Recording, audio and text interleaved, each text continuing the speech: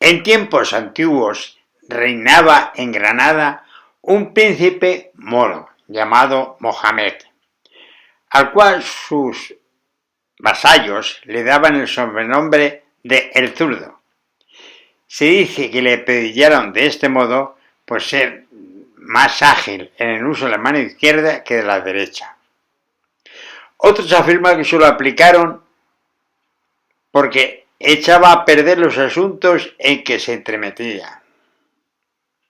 3 veces lo destronaron, y una de ellas pudo escapar milagrosamente a África, salvándose de una muerte segura, disfrazado de pescador. Sin embargo, era tan valiente como desatinado, y aunque zurdo, esgrimía su cimitarra con maravillosa destreza, por lo que consiguió recuperar su trono a fuerza de pelear. Pero en vez de aprender a ser prudente en la adversidad, se hizo obstinado y endurecido su brazo izquierdo en sus continuas terquedades. Las calamidades públicas que atrajo sobre sí y sobre su reino pueden conocerse leyendo los anales arábigos de Granada. Paseando a caballo cierto día, Mohamed, con gran séquito de sus cortesanos, por la falda de la Sierra Elvira, tropezó con un piquete de caballería que regresaba de hacer una escaramuza en el país cristiano. Conducían una larga fila de mulas cargadas con botín y multitud de cautivos de ambos sexos. Entre las cautivas venía una cuya presencia causó honda sensación en el sultán. Era esta una hermosa joven, ricamente vestida, que iba llorando sin que le bastaran a consolarle las frases que le dirigía una dueña que la acompañaba. Mohamed pidió a la bella cautiva como parte que le correspondía de aquel botín y la llevó a su harén de la Alhambra. El monarca, cada vez más enamorado de ella, resolvió hacerla su sultana. La joven española rechazó sus proposiciones pensando que era moro, enemigo de su país y que estaba entrado en años. Viendo que Mohamed en su constancia no le servía, determinó a traerse a la dueña que venía prisionera con la joven cristiana. Era aquella andaluza de nacimiento. Se la denominaba la discreta Cadiga. El rey moro se puso al habla con ella y le confió emprender la conquista de su señora. Cadiga comenzó su tarea de este modo: ¿a qué viene ese llanto y esa tristeza? ¿No es mejor ser sultana de este hermoso palacio, adornado de jardines y fuentes, que vivir encerrado en la vieja torre fronteriza de vuestro padre? ¿Qué importa que Mohamed sea infiel? Os casáis con él, no con su religión. Y si es un poquito viejo, más pronto os quedaréis viuda y dueña de vuestro albedrío. Y puesto que de todas maneras tenéis que estar en su poder, más vale ser princesa que no esclava. Los argumentos de la discreta Cadiga hicieron su efecto. La joven española enjugó sus lágrimas y accedió a ser la esposa de Mohamed el Zurdo, adoptando, al parecer, la religión que su real esposo. Así como la astuta dueña efectuó haberse hecho fervorosa partidaria de la religión mahometana. Fue entonces cuando tomó el nombre árabe de Cadiga y se le permitió permanecer como persona de confianza al lado de su señora. Andando el tiempo, el rey moro fue padre de 3 hermosísimas princesas, habidas de su misma parte, y aunque él hubiera preferido que nacieran varones, se consoló la idea de que sus 3 preciosas niñas eran bastante hermosas. Siguiendo la costumbre de los califas musulmanes, convocó a sus astrólogos para consultarles sobre este suceso. Los sabios de las tres princesas dijeron al rey, tras consultar el horóscopo: «Oh rey, las hijas fueron siempre propiedad poco segura, pero éstas necesitarán mucho más tu vigilancia cuando están en edad de casarse. Al llegar ese tiempo, recógelas bajo tus alas y no las confíes a persona alguna». La sultana murió poco después, dejando confiadas sus tres niñas al amor y fidelidad de Khadija. Muchos años tenían que pasar para que las princesas llegasen a la edad del peligro, a la edad de casarse. «Es bueno precaverse con tiempo», dijo el monarca, y en su virtud resolvió encerrarlas en el castillo real de Salobreña. Era este un suntuoso palacio incrustado en una inexpugnable fortaleza morisca, situada en la cima de una montaña, desde la que se dominaba el mar Mediterráneo, sirviendo de retiro regio, donde los monarcas musulmanes encerraban a los parientes que les estorbaban, permitiéndoles, fuera de la libertad, todo género de comodidades y diversiones, en medio de las cuales pasaban sus días en voluptuosa indolencia. Allí permanecieron las princesas separadas del mundo, pero rodeadas de comodidades y servidas por esclavos que adivinaban todos sus deseos. Tenían para su recreo deliciosos jardines llenos de frutas y flores, arboledas aromáticas y perfumados baños. Por tres lados del castillo daba un delicioso valle rico y variado de vegetación, ilimitado por las altas montañas de la Alpujarra, y por otro lado dominaba el ancho y resplandeciente mar.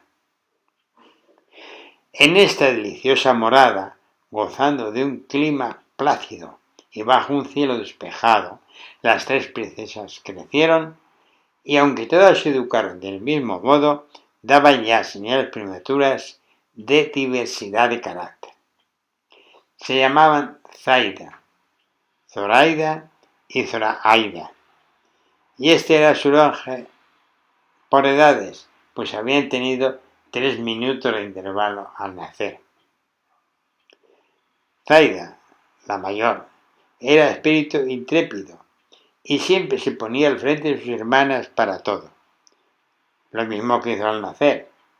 Era curiosa y preguntona, y amiga de pronunciar el porqué de todas las cosas.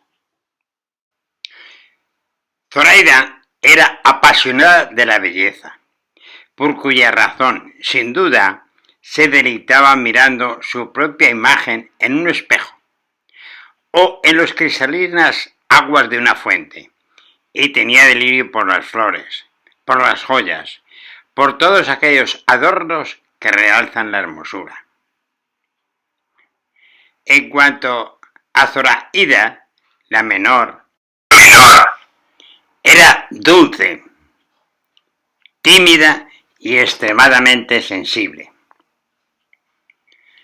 como se podía apreciar por las innumerables flores, pájaros y otros animalitos que cuidaba con cariño.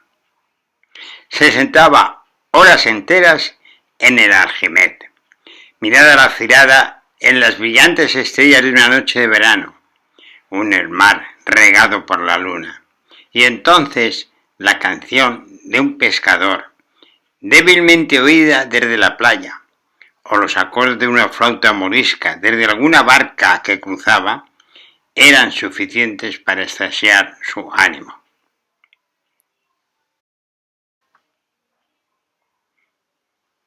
Hallándose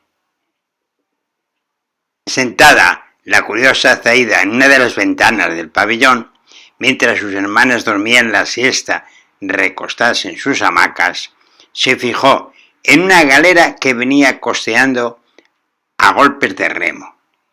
Observó que venía llena de hombres armados.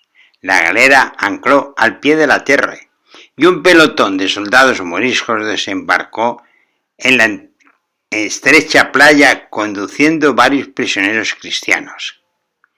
Zaida despertó inmediatamente a sus hermanas y las tres se pusieron a observar cautelosamente por la espesa celosía de la ventana, que las liberaba de ser vistas.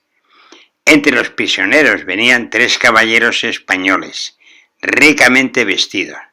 Estaban en la flor de su juventud y eran de noble presencia, además de arrogante altivez con que caminaban, cargados de cadenas y rodeados de enemigos, manifestaba la grandeza. Las princesas miraban con interés y manifestaban la grandeza de sus almas.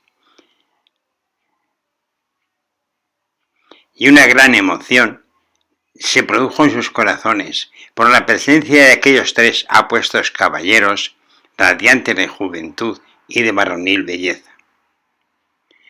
¿Habrá en la tierra ser más noble que aquel caballero vestido de carmesí?, dijo Zaida, la mayor de las 3 hermanas. Mirad qué arrogante va, como si todos los que le rodean fueran sus esclavos.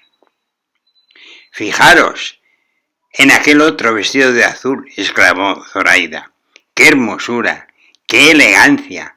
¡Qué porte! La gentil Zoraida nada dijo, pero prefirió en su interior al caballero vestido de verde. Las princesas seguían observando hasta que perdieron de vista a los prisioneros. Y entonces, suspirando tristemente, se volvieron mirándose unas a otras, sentándose, meditando. Cadiga las encontró en tal actitud. Contaron ellas lo que habían visto. Y aún el apagado corazón de la dueña se sintió también conmovido.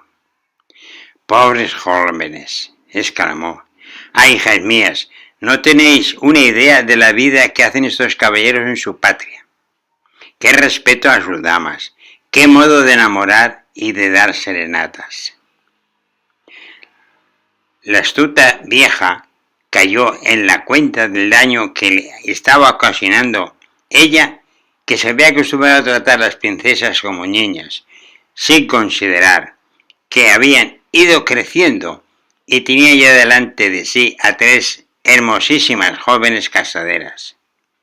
Ya es tiempo, pensó, de avisar al rey. Hallábase sentado cierta mañana Mohamed el Zurdo sobre un amplio diván en uno de los frescos salones de la Alhambra, cuando llegó un esclavo de la fortaleza de Salobreña, con un mensaje de Catiga, felicitándole en su cumpleaños del natalicio de sus hijas.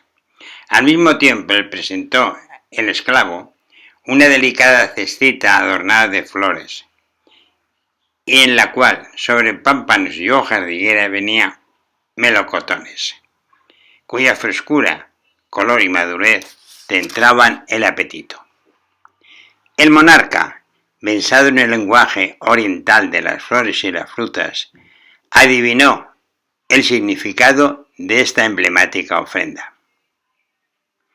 Ordenó que prepararan una de las torres de la Alhambra para que sirviera de vivienda y partió a la cabeza de una partida de guardias hasta la fortaleza para traerlas él mismo en persona.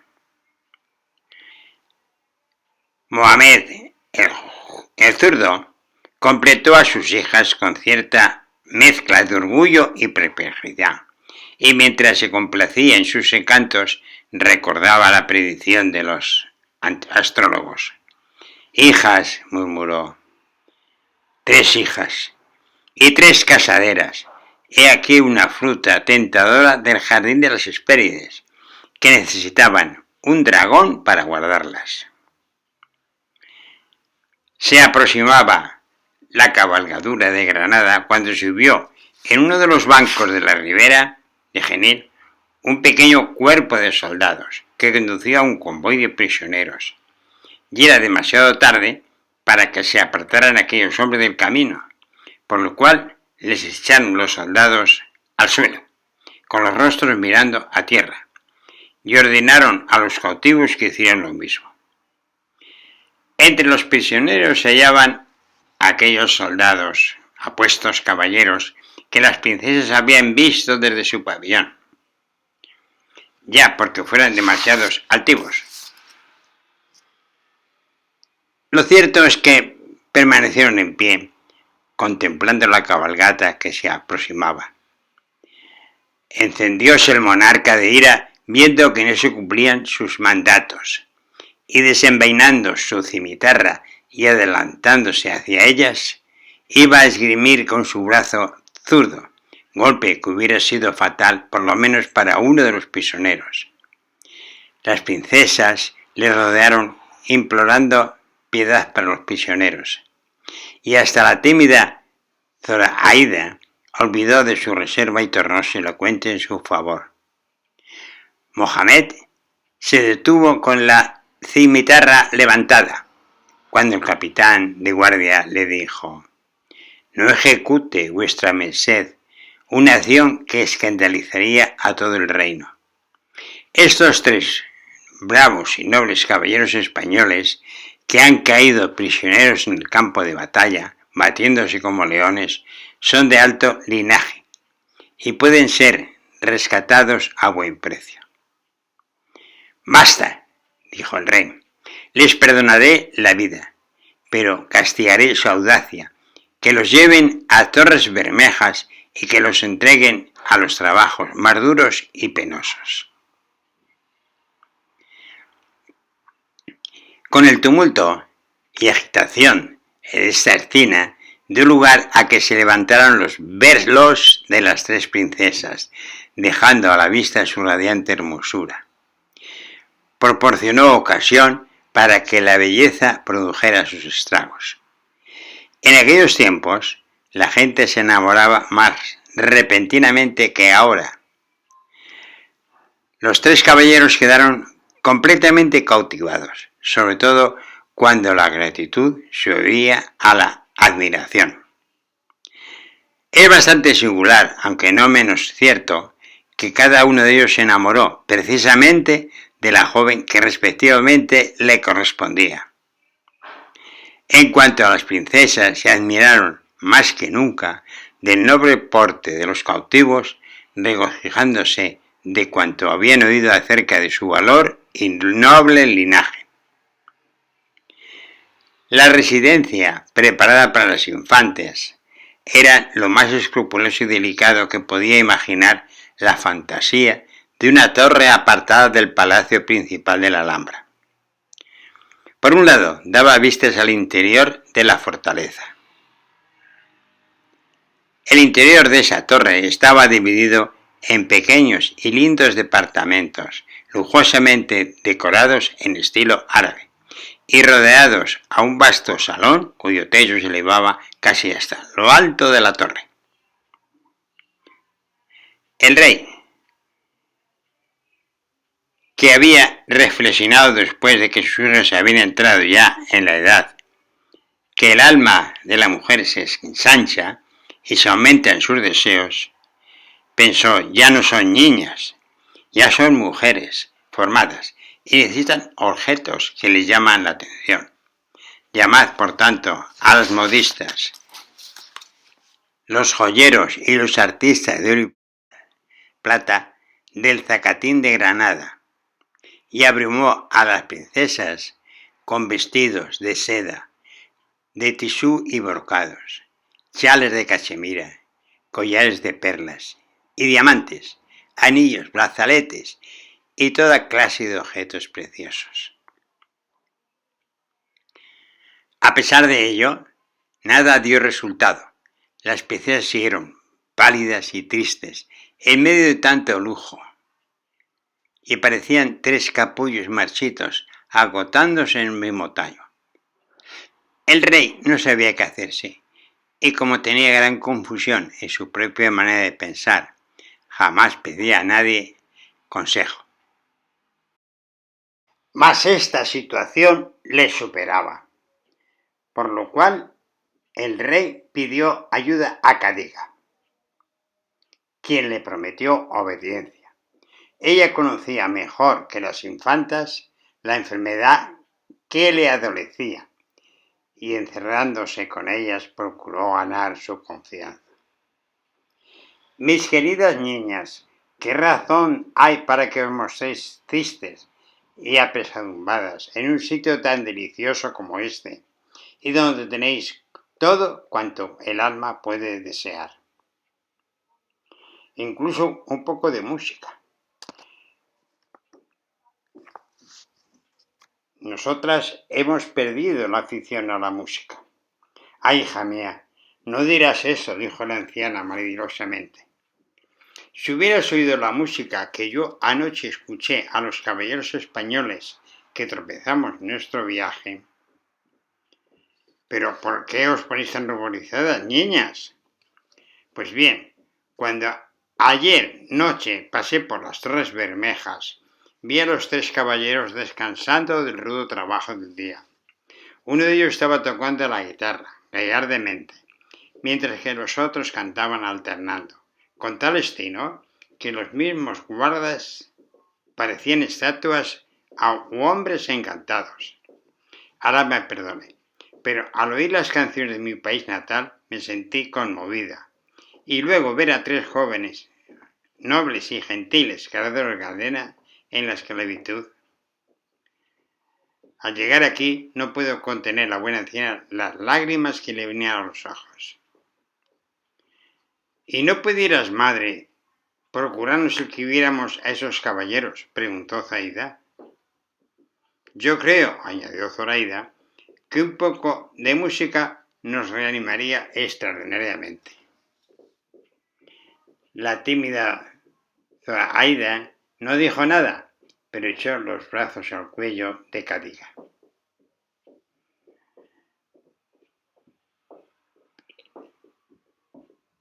¿Quién exclamó? ¡Infeliz de mí!, dijo la anciana. ¿Qué estáis diciendo, hijas mías? Vuestro padre nos quitaría la vida a todas si luego lo supiera.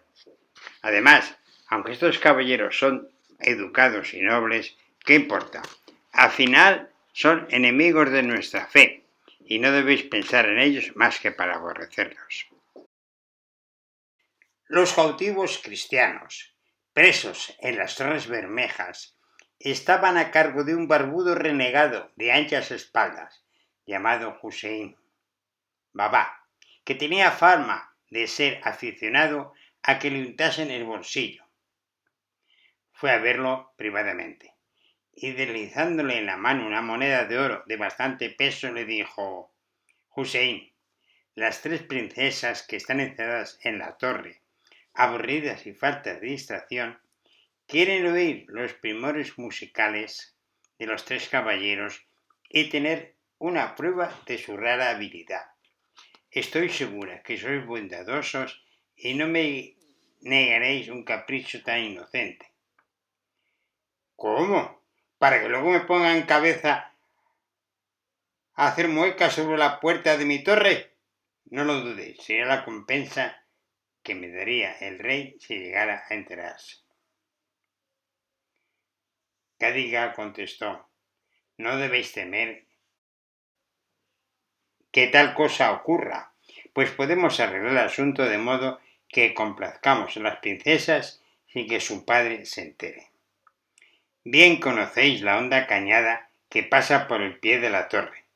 Poner a los 3 cristianos para que trabajen allí, y en los intermedios de trabajo dejarlos cantar y tocar como si fuera para su propio recreo.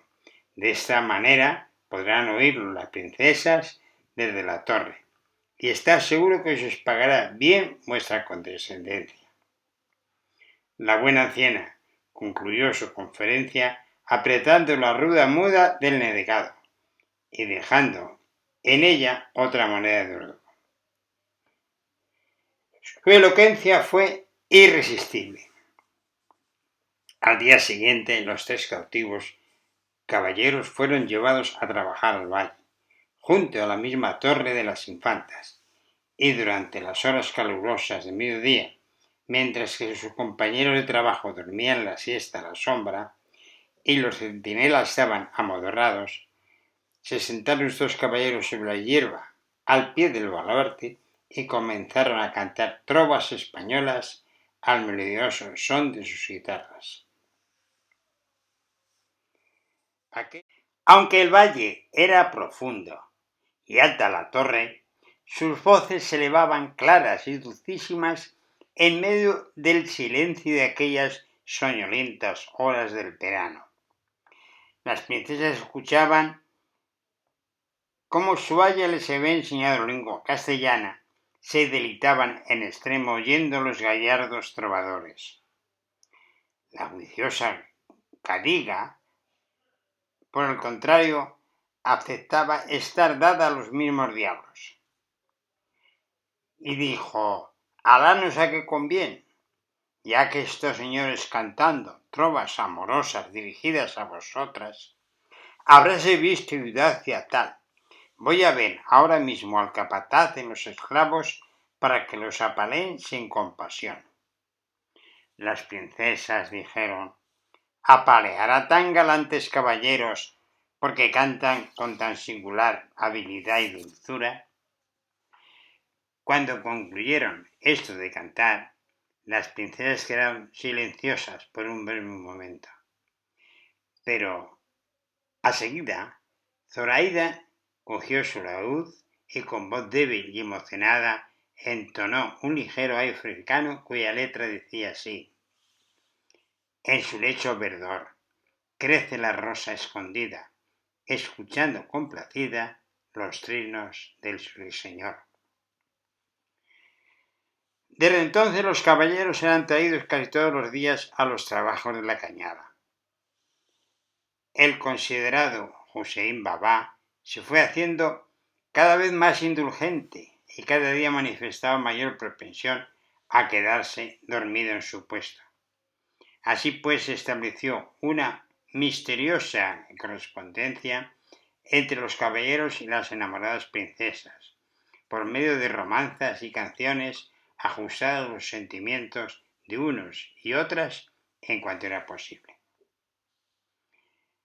Tímidamente las princesas llegaron a asomarse al aljimete, burlando la vigilancia de los guardias, y a conversar con sus enamorados caballeros por medio de flores,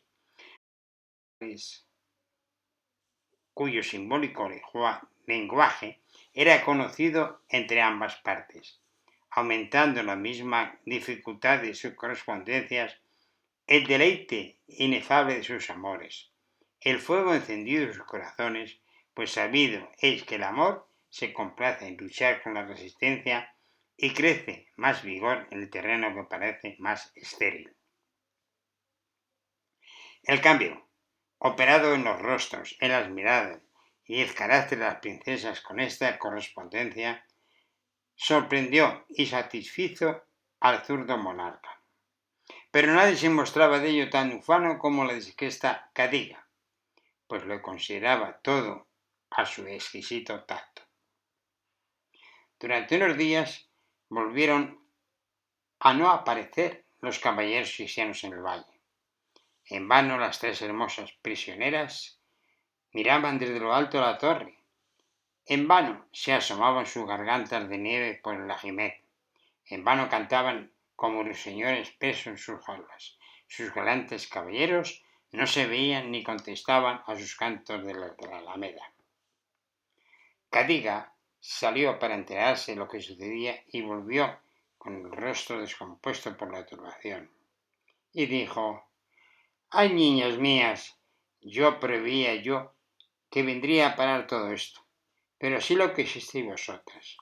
Ya podéis colgar vuestros laúdes en los sauces, pues los caballeros españoles han sido rescatados por sus familias y estarán a estas horas en Granada, disponiéndose para regresar a su patria. Las enamoradas infantas se desconsolaron con tan contraria noticia. La bella Zaida se indignó por la descortesía que habían usado con ella, marchándose sin dirigirles una palabra de despedida. Zoraida se oprimía las manos con desesperación y lloraba, mirándose al espejo. Y se enjugaba sus lágrimas, pero al poco se deshacía en un nuevo llanto amargo. La buena Cadiga hizo cuanto pudo por mitigar su dolor. Consolaos, mis queridas niñas. Esto os parece nada si tenéis mi experiencia de las cosas del mundo. Cuando lleguéis a mi edad ya sabéis perfectamente cómo son los hombres. Juraría que esos caballeros tienen amores con alguna de las ciudades españolas de Córdoba o Sevilla, y pronto le estarán dando serenatas bajo su ventana, y se olvidarán para siempre de sus bellas moriscas de la Alhambra. Sosegaos, por lo tanto, niñas mías, y desechadlos de vuestros corazones. Estas reflexiones solo servían para acrecentar la desesperación de las princesas, las cuales permanecían inconsolables durante los primeros días. En la mañana del tercero, la buena Aya entró en sus departamentos mostrándose trémula de indignación. ¿Quién hubiera creído capaz de tamaña insolencia a ningún ser humano? No me habléis jamás en la vida de tales caballeros cristianos. ¿Qué ha sucedido, mi buena Cadiga?, exclamaron las princesas con adelante ansiedad. Que me han propuesto una traición, a mí, a la más fiel de las vasallos. Sí, hijas mías, los caballeros españoles se han atrevido a proponerme que os persuada para que huyáis con ellos a Córdoba, donde serán sus esposas. ¿Qué he yo vivido para ser de tal modo ultrajada? Yo, la más fiel seguidora de mi señor. Al final, la mayor de las princesas, que era la que poseía más valor y la que siempre se colocaba a la cabeza de sus hermanos, se aproximó a su querida Aya y poniéndole la mano en el hombro le preguntó: «¿Y bien, madre? ¿Y si nosotras quisiéramos huir con los caballeros cristianos, sería eso posible?» La buena dueña se contuvo por un momento, pero después, mirando a la princesa, le respondió: «¿Posible? Ya lo creo que es posible. Han sobornado a los caballeros y al renegado capitán de la guardia Joséín Baba, y concertado con él el plan de evasión. Pero pensar en que vais a engañar a vuestro padre, que ha depositado en mí toda su confianza, pues ¿acaso la tierra donde iríamos no es la patria de nuestra madre? Y donde viviríamos en libertad. ¿Y no sería preferible tener cada uno un marido joven y cariñosa en vez de un padre viejo y severo?» «Bueno, eso es verdad», dijo Cadiga, «pero ¿no poder huir también con vosotras?» «Ciertamente que sí, niña mía, y para decir verdad, cuando conversó sobre esto conmigo, Joséín Baba me prometió cuidar de mí si quería acompañar a vuestra fuga. Pero de todos modos, pensadlo bien, hijas mías, habéis de tener valor para renunciar a la religión de vuestro padre». «La religión de Cristo fue profesada por nuestra madre», dijo la princesa mayor. «Yo estoy dispuesta a convertirme y seguro que mis hermanas imitarán mi ejemplo». «Tienes razón, hija mía», dijo Cadiga. «Esa fue la religión de vuestra madre». Y se lamentó amargamente en su lecho de muerte haber jurado de ella. «Yo le prometí cuidar de vuestras almas, y ahora me llena de júbilo viéndoos, camino de la salvación. Sí, hijas del alma, yo también nací cristiana, y he seguido siendo dentro mi corazón. Y estoy resuelta a volver a mi antigua fe. He hablado sobre esto con Hussein Baba, español del nacimiento, y originario de un pueblo no muy distante del mío natal, Isaya el pobre, también ansioso de volver a su patria y de reconciliarse con la Iglesia, habiéndole prometido a los caballeros que si él y yo estábamos dispuestos a ser marido y mujer cuando volvamos al país que nos viene a hacer, ellos se cuidarán de protegernos. En una palabra, resultó que la astuta dueña había celebrado una entrevista con los caballeros y el renegado y que había concertado todo el plan de huida.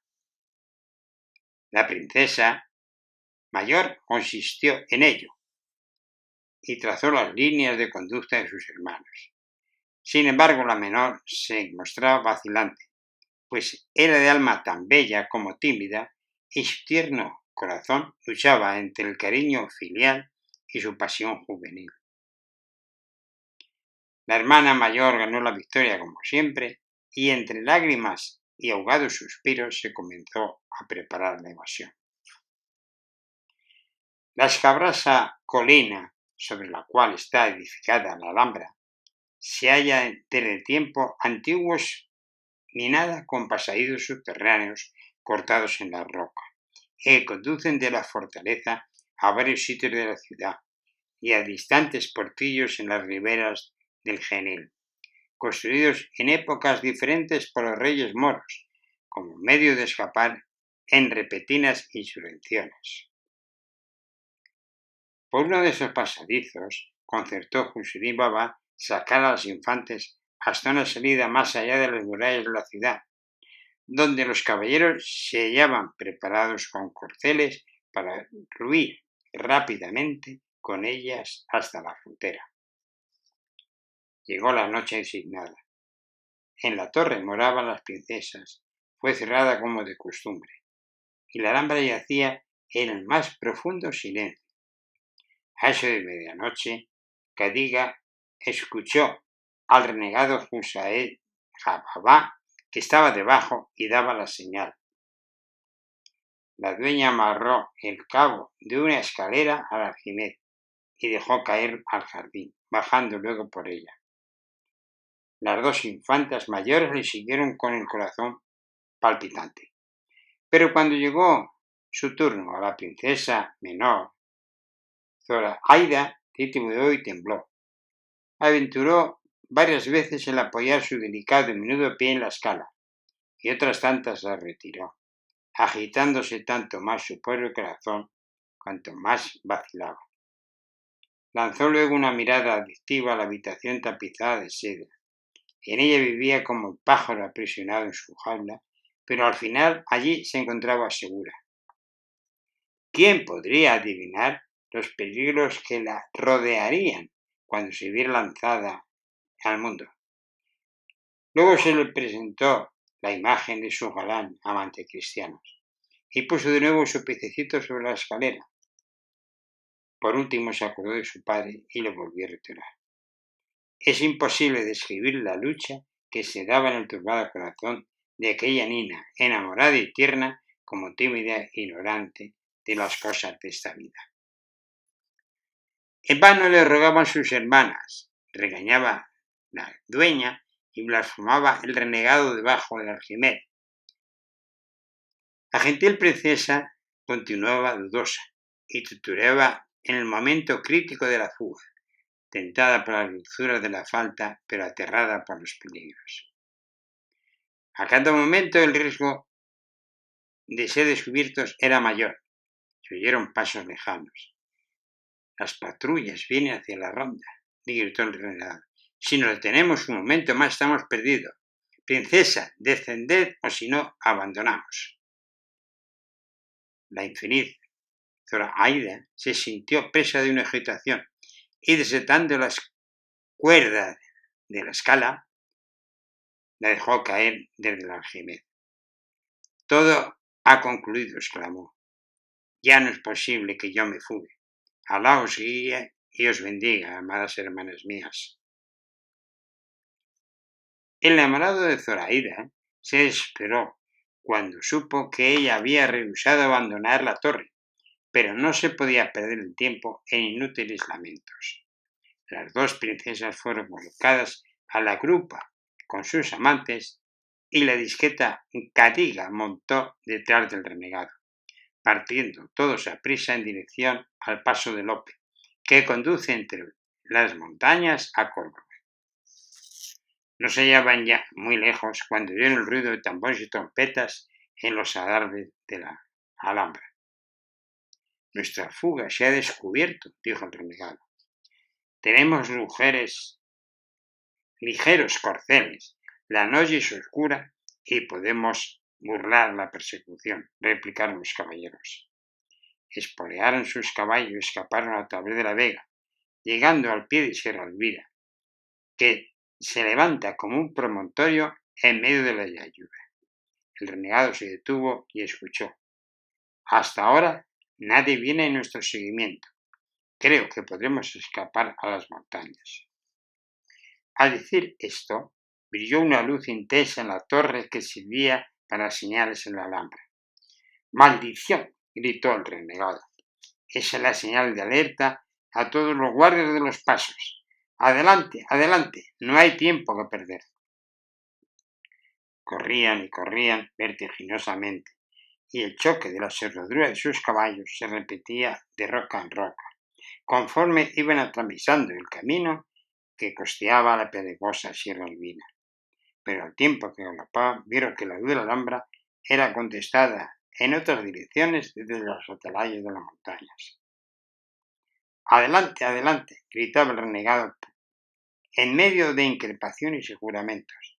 ¡Al puente, al puente!, antes de que la alarma haya cundido allí. Doblaron la montaña y llegaron a la vista del famoso puente de pinos, que atraviesa una impetuosa corriente, teñida en 1000 combates famosos con sangre de moros y cristianos. En la torre se veían numerosas luces y brillar en ella la armadura de los soldados. El renegado se alzó sobre los estribos y miró a su alrededor por un momento. Después, haciendo una señal a los caballeros, se salió del camino, costeando el río hasta cierta distancia y se metió en sus aguas. Los caballeros previnieron a las tituladas princesas que se sujetaran bien a ellos. Sentíase arrastrados a alguna distancia por la rápida corriente, cuyas rugientes olas bramaban a su alrededor. Pero las hermosas princesas se apoyaban bien a los caballeros cristianos. Por último llegaron sanos y salvos a la orilla opuesta y fueron guiados por el renegado a través de escabrosos y desusados pasos y ásperos barrancos por el interior de la montaña, evitando pasar por los caminos de costumbre. Lograron llegar así a la ciudad de Córdoba, donde fue celebrada la vuelta de ellos a su país y al seno de sus amigos con grandes fiestas. Nuestros caballeros pertenecían a las familias distinguidas y las hermosas princesas fueron recibidas en el seno de la iglesia y después de haber abrazado la fe cristiana se hicieron esposas y vivieron felicísimas. Cadiga se agarró lo mismo que un gato a Hussein Baba durante la carrera a través de la vega, chillando a cada salto y haciendo vomitar sapos y culebras al renegado. Pero cuando éste se dispuso a meter su corcel en el río, su terror no conoció límites. «No me aprietes con tanta fuerza», le decía Hussein, «agárrate a mi cinturón y nada más». «¿Qué ha sido de Cadiga?», gritaron las princesas alarmadas. «Solo Alá lo sabe», contestó el renegado. «Mi cinturón se desató en medio del río y Cadiga fue arrastrada por la corriente. Complacé la voluntad de Alá. Y en verdad que lo siento, porque era un cinturón bordado de gran precio».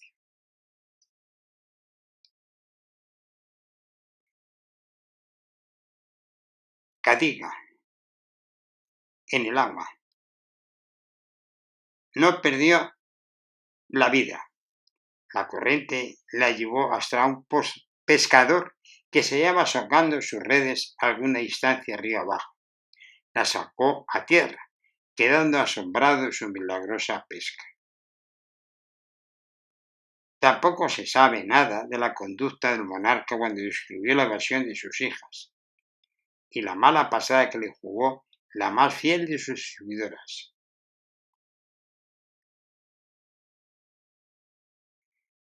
La princesa se arrepintió interiormente de haberse quedado en la torre y cuentan que de vez en cuando se le ve apoyada mirando tristemente en las montañas en dirección a Córdoba y que otras veces se oían los acordes de su laúd acompañándose sentidas canciones en la cual se lamentaba de la pérdida de sus hermanas y de su amor, conteniéndose al mismo tiempo de su solitaria existencia. Murió joven y, según el rumor popular, fue sepultada en una bóveda debajo de la torre, dando lugar a leyendas.